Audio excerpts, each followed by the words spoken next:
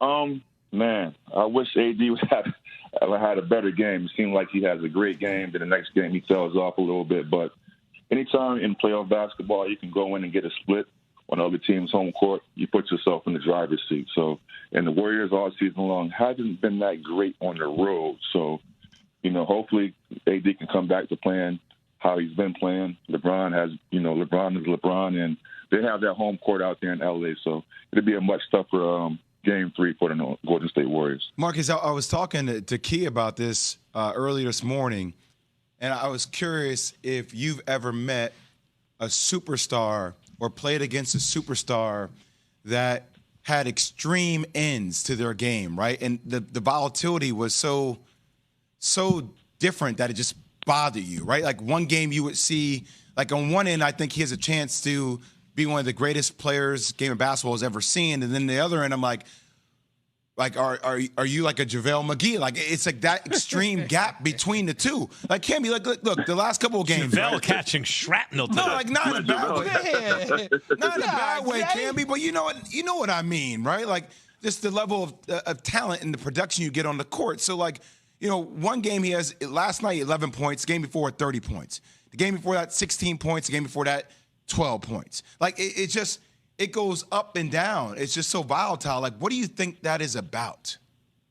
I think last night, a lot of credit has to go to Draymond Green. I think he was touching AD a lot, being physical with him every time he shot, touching him, hitting him, just making the game that much tough for him as compared to game one when everything just seemed easy for AD, hitting jumpers, tip dunks, points in the paint, stuff like that. But Draymond came with it. Even with Looting out of the lineup per se a little bit with him being sick, but I think Draymond did a great job on AD. Look, Marcus, Camby, you hear that? Key said he touched him a lot last night. You get touched in basketball. But I've been saying that. That's what I said earlier, Jay. And you said, well, he's had other big, so to speak, play physical with him. I was going to ask Marcus, is this a different type of physicality because it's Draymond? Because Jay said, well, he's on the blocks and he's getting pushed around a lot with other teams, but this seemed different to me. It's almost like I don't know how to say it without making it sound like he was scared of Draymond or something like that.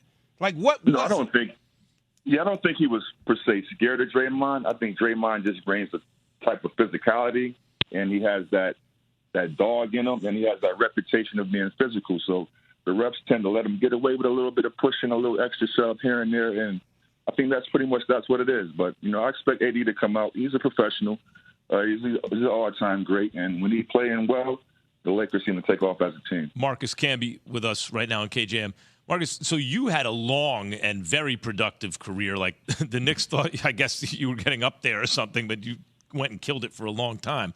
But you're 6'11". What was your playing weight? Probably like 225 back then. 225. So like, thin like AD, right around the same size actually.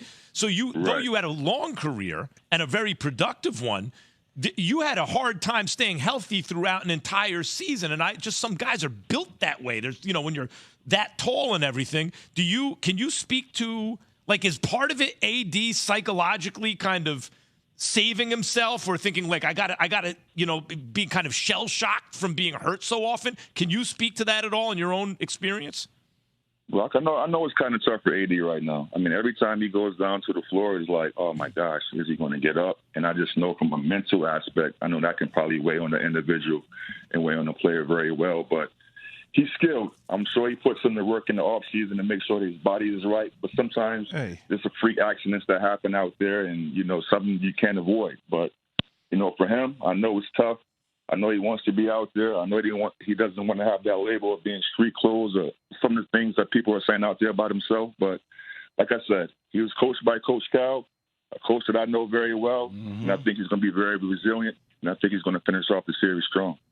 Marcus Camby, ladies and gentlemen, thanks for joining us this morning. Wait, Camby, Cal get a championship this year for Kentucky? He got some boys coming in, man.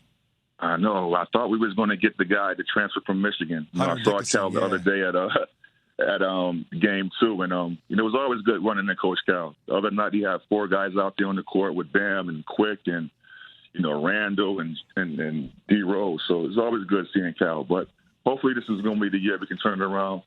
I like the kid DJ Wagner they got coming in. So hopefully we can make some noise this year. Thanks, Marcus. All right, man. Thank you, guys. So, Jay, you said something to me. It's like, can we see that chart on AD again? Look at this like up and down. EKG. Key, it's an EKG.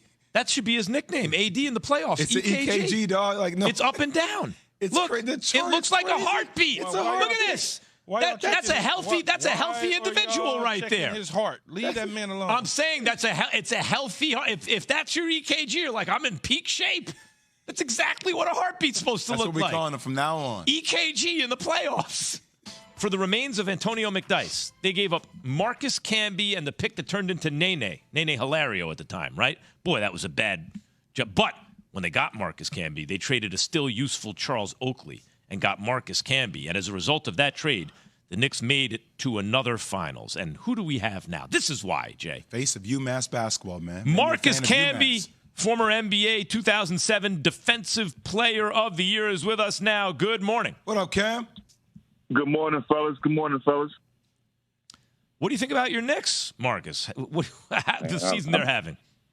I'm excited, Max. It's been, a long time coming. I think Coach Tibbs has did a great job of rallying the guys, especially the second half of the season. And right now we seem to be playing the best basketball of the season right now. So, hopefully we can continue. It's going to be a tough series against Miami. It's 1-1 right now, but I'm feeling confident going down in Miami. So Cam, tell me if you agree with this statement. I think the Knicks are a better team. I just think Miami has the best player on the court. And I love Jalen Brunson, but it just feels different watching the culture and the way they competed against the Knicks in Game 2 without Jimmy Butler. I wonder how that changes when Jimmy Butler's on the court in Game 3 and Game 4 down in Miami. Yes, Jimmy has been tremendous. It's almost like 2020 bubble Jimmy right now. Mm-hmm. He's going out there and just imposing his will in the whole game and imposing his will on the team, and his teammates seem to follow suit. He's being aggressive. He's talking to his teammates, and he's being a true leader out there for the Miami Heat. So it's going to be a tough series, a tough couple games down there in Miami. But, I've been playing with New York for a lot of years, and every time we go to Miami, it's like a 50-50 split in the crowd. There's a lot of New York fans down there, so I'm looking forward to orange and blue skies coming next game. Marcus, the success that they've had thus far, in 2 years ago, obviously in the playoffs, and then this year they're having some success. Could this ultimately land the Knicks that starving superstar that they've wanted for so long? I hope so. I think JJ, I call him JJ because I played with his father when I was there with the Knicks. So just to see him grow up from the time he was like 4 or 5 to him being one of the best players out there on the basketball court says a lot about himself, says a lot about that family. And when he has the ball and he's in the game, it's just a sense of poise and a sense of confidence that we have out there as a basketball team. And he should get a whole lot more credit than he's been getting.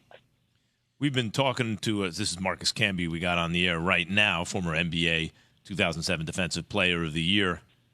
And by the way, one of the key reasons the Knicks made a second finals, not just that loss to Houston, but the 8th seed to make a finals, first time it had happened. What do you think? We've been talking a lot about it this morning. The Lakers beat the Warriors and then predictably get blown out in Game 2. That seems to be the pattern, right? When the home team loses in the playoffs, they come back with a vengeance in Game 2.